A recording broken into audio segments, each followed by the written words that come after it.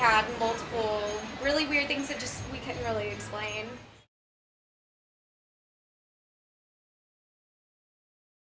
And in there, they talked about how you could still hear gunshots on the hill.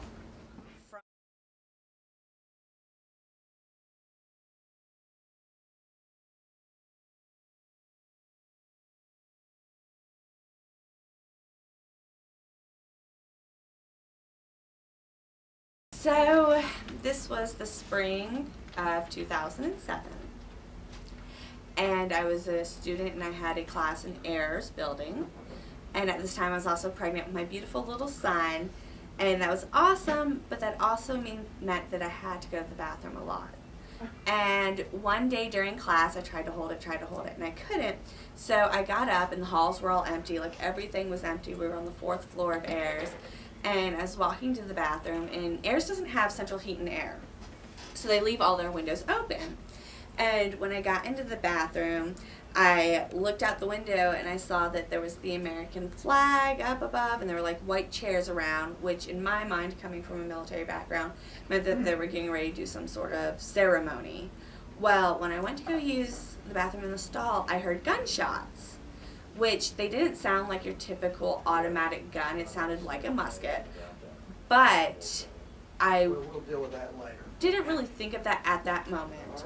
And then take when you I some bread, went Annie. to go wash my hands, I looked out the window and there was nobody there.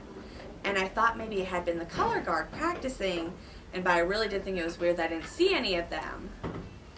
And a few months later in October, my husband bought me a book because I keep up with paranormal activities. And it was about the haunted South. And in there, they talked about how you could still hear gunshots on the hill from a Civil War battle. And I just at that moment knew I heard ghost gunshots. That's what I heard, was ghost gunshots. And it's really weird because looking at it now, I remember thinking that the gun didn't sound like an automatic rifle for a color guard, that I was used to hearing, that it did sound sort of muffled like you hear muskets on like television. And the fact that I didn't see, I mean, there was literally nobody in the courtyard. And so that was my brush with, I guess, the Civil War ghost on UT. Would you believe that, do you think any other buildings on campus are haunted? I would say yes. I wouldn't know specifically which ones. But I think that when you have such a high concentration of a population with the emotions that run on a campus and the fact that it is a Civil War ground, that yeah, there's probably places where there's activity. And would you say that you believed in ghosts before this experience, or has this increased your thoughts towards them? Well, I've always believed in ghosts just because maybe it's optimistic of me, but I like to believe in a soul and the idea that this life means something after it's done.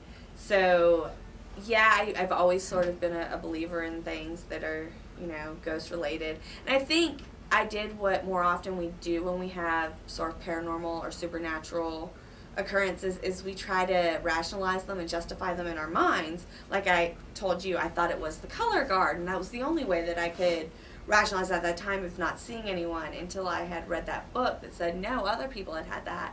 And that's when I realized, oh wait, I heard ghost guns. So I think that that's more often what we do, is when we come in contact with something that we can't explain, we rationalize it away as opposed to embrace it as something beyond what we know.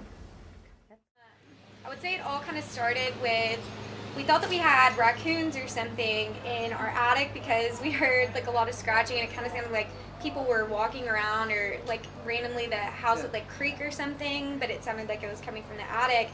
And so we got a exterminator to come and look, and there was nothing up there, like no like rats or raccoons or anything.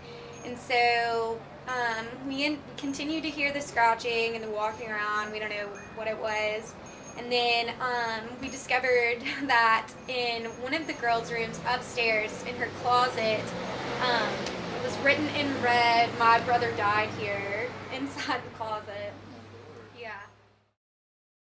Night, I was doing laundry upstairs, and there was like the laundry room and the bathroom upstairs, and then right beside it was the other girls' rooms. and when I walked past her room, her iHome started playing like white noise. And it scared me, but then I like went downstairs and I was like, hey, your alarm clock's going off, blah, blah, blah. And she went up there and she said there wasn't anything going off and that it wasn't playing anything and that she didn't have an alarm set. And so then another weekend, I was home alone and it was just me and our cat Booger. And Booger's really weird and he would like sit with you in the shower whenever you were in there. And so I just got off work, it was probably like 11 o'clock. And all of a sudden, Booger starts like looking into the kitchen and like starts like meowing. And I thought that someone had gotten home early because it was Saturday night, it was fall break, and some of the girls had said that they might be coming home before Sunday. And so I got out of the shower and Booger's standing in the kitchen and he's like looking in the living room and he's just like dead set on something. And I was like, hello, who's home? What's up? And all of a sudden I see like a shadow on the kitchen floor behind Booger. I see like a shadow pass, like as if someone had like walked by in the living room, and no one was there.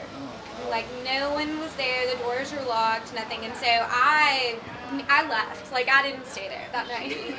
And then the last encounter I guess I had, I was the last one out of our house, and I was once again doing laundry upstairs.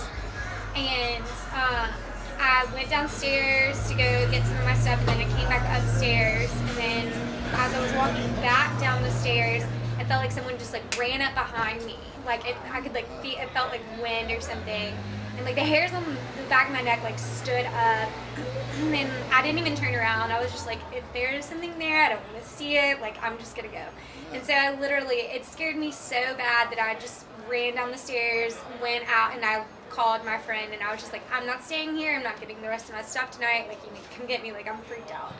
And so I left, and then shortly after that we moved out, but just weird little things like that, and then we ended up